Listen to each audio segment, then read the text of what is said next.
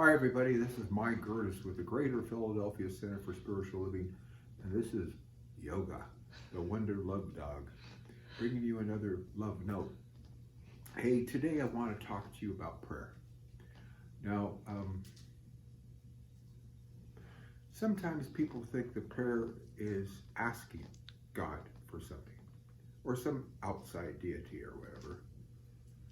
And in religious science, we teach something called spiritual mind treatment, which we refer to as affirmative prayer. And one of the things I notice is that people, when they get into religious science, they get the idea that if they just think the right thought, if they consciously think the right thought, they'll get what they want. It's not quite that easy. And sometimes if you can make use of this thing called law of mind, but sometimes what'll happen is the thing that you say you want, once you get it, you go, ah! So what I want to talk about in prayer is, first of all, what's our intent? Now, for some of us, it's to get what we want. For some of us, it's to make things happen. And I would suggest if prayer is to get what you want or to make things happen, you might want to take another look at what you're here for, what your primary motive is. Because to me, what we're here to do is express the greater idea of life and love for God. We're here to be open vessels, channels for Spirit to be expressing through and by means of us. And what I see that we do in our prayer work, or what I see that we do in our spiritual mind treatment work, is not make stuff happen, but rather reveal the abundance, reveal the health, reveal the perfect right activity, to reveal that which already is in the spiritual realm, and then align ourselves with that. Yes, we teach 5-step treatment, 7-step treatment, which is basically argumentative treatment, because sometimes we have to argue with ourselves to realize the truth. But what I found is that oftentimes, once I connect with Spirit, once I feel really connected with Spirit for the first and second steps, which is recognition and unification, to know that God is and I am, that I am that. It is I am that. Once I embrace that, sometimes there's nothing to treat for. There's nothing to treat about. I can just relax and let go. I think that spiritual mind treatment or affirmative prayer, what that really is to me is letting go of one of the hardest things that we have to let go of. And that's our opinion. Our opinion about how good we are or how bad we are.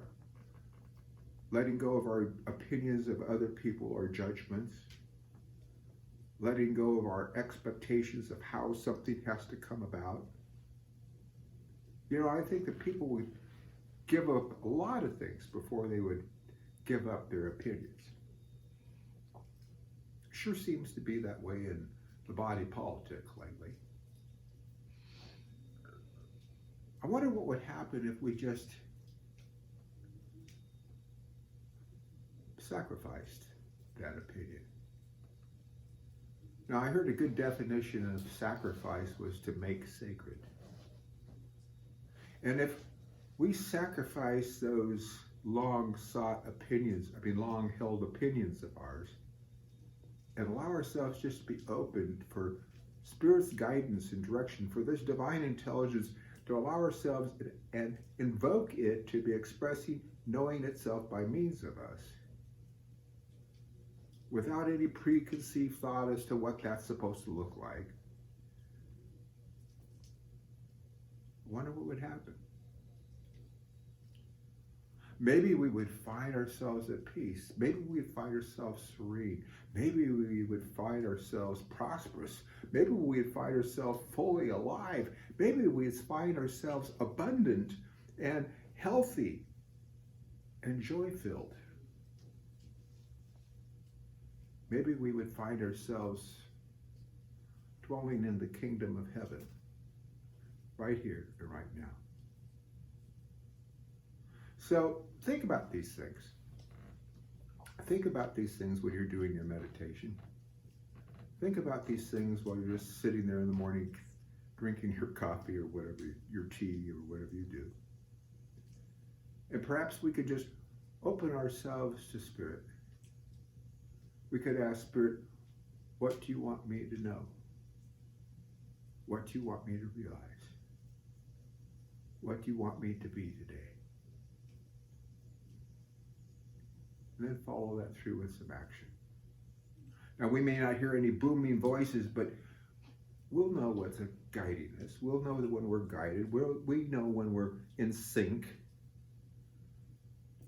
because the pathway is made straight before us. We'll find things easier. And if we find ourselves in a very difficult situation, maybe that difficult situation really isn't ours to do. Because life should be not that difficult for us. It should be a dance with Spirit. It should be something that we enjoy doing. Life is to be lived. Not in fear, not in trepidation, not worrying. It's funny to realize that so many people are afraid of dying. Did you know that fear doesn't stop you from dying? It just stops you from living. So let's set aside all that stuff and just embrace that greater idea. Because to me, that's the true meaning for prayer. To allow ourselves to be more and more and accept more and more that which we are and that which is. Well, that's all for me tonight. Stay tuned tomorrow for a wonderful love note from dear Reverend Dr. Maxine. And then on Sundays, of course, we have our Sunday celebration at 10:30. That's a live stream. Now, if you go to our website at cslphilly.org and you click on that live stream link, you'll see up in the upper right-hand corner, it'll tell you when the next Sunday service is. But if you click that on, it'll bring you to a whole list of archived talks that Dr. Maxine's given, or the love notes that she and I have given for months and months and months and months. Check it out. And there's also an opportunity for you to make a contribution. We appreciate your ongoing contributions. We appreciate you. And we appreciate the fact that you show your support for us because you feel that we're supporting you. And we are. So, good night. Love you guys. Bye-bye.